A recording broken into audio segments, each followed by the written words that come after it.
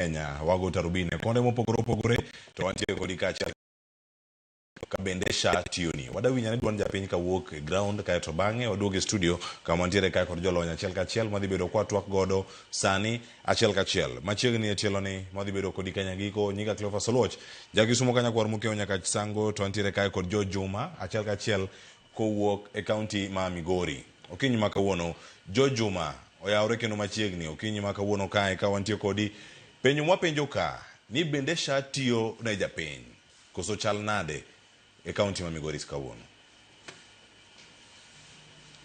Kamano Cleophas winyi maber ka wuok e kaunti ma Migori ka bende kinyalo ng'iyo to kaka antie kod moko jodak e kaunti ma Migori bende kwada twako ka otende kod weche go mag sharo. Kamano kapok amiyo gi thuolo en ni king'iyo report mabende nyaka sani ogol kod tend kaunti ma Migori migawo mathieth yango ni kuom oganda maromo milion 1.3 e kaunti ma Migori mangima mana maromo ji 500 kende mosendikore SHA e kaunti ma Migori mangima. Mang'isi ni nitie kwan oganda mathoth masa maduong' en ni to ma timore nikech ang'o kilono kantie thuolo kata chenro mathoth ma osebed ka itere kor gwenge kata gi nyamrerwa ma bende osebedo ka konyo oganda mondo koro ndikre e chenro mag SHA en ni to chenrogi ang'o momiyo pod miyo kwan oganda mathoth pok owuok oko mandikore e SHA nyalo bedo ni nitie midhiero koso ang'o momiyo jopiny mathoth nyaka sani koro pok owuok oko mondo koro ndikre e SHA to ahinya e kaunti ma Migori. Adwaro mondo koro imiya thuolo mondo koro atwak kod moko oganda mar ng'iyo ni to osechalo nade to kapok girejista kata pok gindikore ang'o momiyo ma koro pok otimo nyaka sama koro wuone. Kimiya kachako kodi adwa na achak kodi aya chak namba 1 koni king'iyo kacha kichako na gi nyingi kinde osekalo kwa wuok e NHIF waduogo e SHA mokwongo be in e SHA to kuom nyaka ne rejista kaponi in e SHA isetiyo tich kod osechalo nade be isidok thieth makare bende osekonyi kaka nigeno. An kachako gi nyinga iluonga ni Clinton Otieno ajadak ma Migori ka. Sa kaka na register to jogo nogona higni dabo ni achulo siling 6,000 gi wiye. To an nyaka na register pok ayudo tuo mar gik pesano. An gi malaria matindo tindo ming'iewo Panadol. Koro an nakwayo jo SHA ni ng'ato giket gino ng'ato chul pesa manya chulo dwe ka dwe to nono to wan manya sani e kor gweng' ka ng'ama osechudo emwatiyo gi mifne. Mokwongo iwacho ni chula 6,000 higa nitie chenro moro mer SHA mar lipa mdogo mokwongo be iwinjo ler ka otende kod chenro ni momiyo nyaka sani wacho nyaka chul mar 6,000 bise winjo lerne ok awinj maber kech osiptal kidhi to nyaka penj ni bisetieko chulo dwe eko kichak thiedhi to kin gi les mopogore gi mano register ni cha to mano ng'isi ni nyaka ichul te dichiel. Koro jopiny dewa minewa maonge gi pes madongo go gin gitiyo gi cash sani. Nyaka ni register SHA ka indikre SHA in kata gi familia mar be nitie ng'ama oseyudo tuo ma osedhi osiptal otiyo gi SHA kata ok otiyo gi SHA. Tuo to wayudo dala to kwaseyudo tuo to wang'iyo aneno to ng'ani en gi tuo mar pesa ni ke tuo ne ng'eny mahingo mogon wacha to wamanyo jirani man gi SHA matiyogo. Penjo maduong' ka weyi kata kiwe manyo jirani samoro nyalo biro mopogore kia ni kine chal nade ikruok mane e yore mag yudo thieth kiny ka samoro tuo dwaro siling 30,000 tionge SHA in gi pango mane bedo ni wacho ne nengo ne duong' idwa wendi chulo SHA koso in gi mpango ma donje SHA ni tang'o manyalo miyo koro samoro osethiro chunyi mondo kik ichul SHA ki jomoko to nitie machulo 1,000 miwacho no.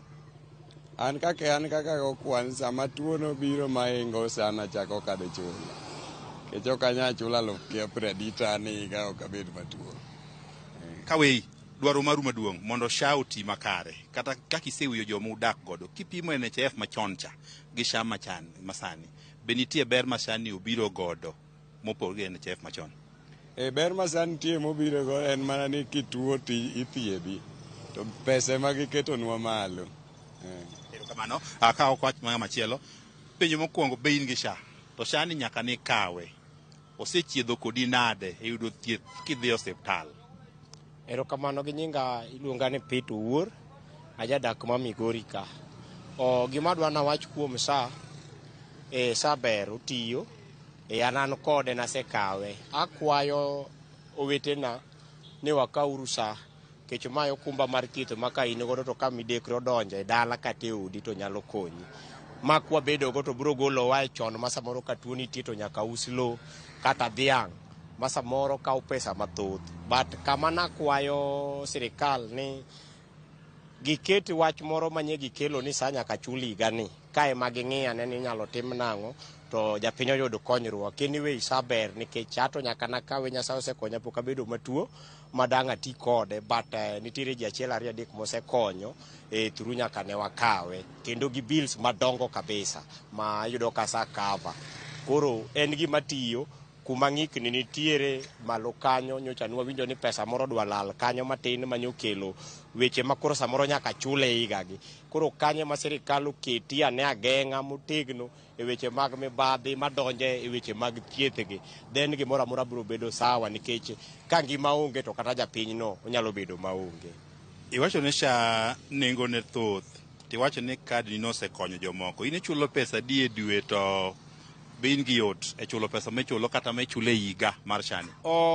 Yot ok anyal wacho ni aonge go kata an godo. Shida manitie, an achulo siling 6,000 e higa, but ne gidwa keto kamoro chien kacha ni kidhi osiptal tichulo cover no ted chiel koro nyalo konyi e weche mag thieth. Koro kanye mana kwayo ni de ginyalo chien kucha nita winjo wach moro mar lipa mudogo ni to kuma no dhiye gi kuma no oayo kwa lelewa maber. Koro kinya chule matin tin kata e dwe to nyalo bedo mayot kata ka en 300 e dwe, moloyo ni samoro nyaka iyud 6,000 to samoro yuto mari ni piny. Koro yudo ka en gima nyalo bedo gi changamoto maro ma ok nyal konyi gi sechego. Koro kanye kama shida nitie. Anyway, ber to ber kabisa kenda puo. Kawei, awinjo kiutuomo ne nitie kaka samoro omenda mag SHA likino kotiko makare. Samoro tudruok gigi timro osiptende mapiny ka. In kaka jatuo, in gi tich mane kidhi osiptal moro idwa thieth, be ing'iyo ni to bil mimi romre nade ma SHA cover koso in tek nosithiedhi. In kod ting' mane ma pesa mana melal gi ok onego lal samoro kaka in japiny onego ikaw okang' mane? Jafwambo wan e Kenya ma in bende ng'eyo, adwa na wach ni gigi chakore gi malo kono. Osiptende kidhiye kata mana magwa mag private gi, kose pimi kata matin, lakteche dwaro mani in ng'ama onego lazi. Kose lazi ting'iyo mana kaka diang' go kwan mag omenda ma samoro kata thieth mari no kokaw nikech en ohala miloko. Iwinja, koro en chumbo migo e kind jo osiptal to kodi ng'ama jatuo modhi yudo thieth. Koro yudo ka en ohala migo aga kodi kanyo ma in samoro kata gima no konego lazi to duoko ni in lazi kata ndalo 3-4 to ka iwinjo kigoye to bro chuni nikech samo pesa ni onge gikoni kadero goluru gik monyalo golo. Koro aparo ni gigi kata mana jodito mamalo go ong'egi nikech ok do osiptal tim gi samoro piny kukok ging'egi maber. Koro magi gik monego ridi e okumbe weche mag mibadhi tibiro yudo ka gimoro amora biro bedo sawa kata e kinde japiny nyaka gi osiptende go. Ikona ne sawa chal ka gima ng'adre pod adhi wuoyo kodu bira kae. Kata kamano iwinjo kamago moko kuom duond oganda e kaunti ma Migori, kabinjo ka bende gintie kod weche mathoth ka otende kod SHA. Nitie joma osechule ma bende neno berne, nitie joma bende nyaka ne kaw SHA no pok ochule nikech giywago pek mar omenda bende dwarore mondo koro ochul ma SHA. Ka bende penjo pod thoth to ahinya kata e chudo matin kata idendo kaka lipa mdogo kama gik moko kuom gik magidwaro ni mondo koro losi mondo SHA ni koro bed mano manyalo konyo oganda kendo mondo thothi koro ndikre e chenro machal koda mae. Agonero kamano ahinya George Juma kiwuok e kaunti ma Migori kendo weche mathoth ahinya mobedo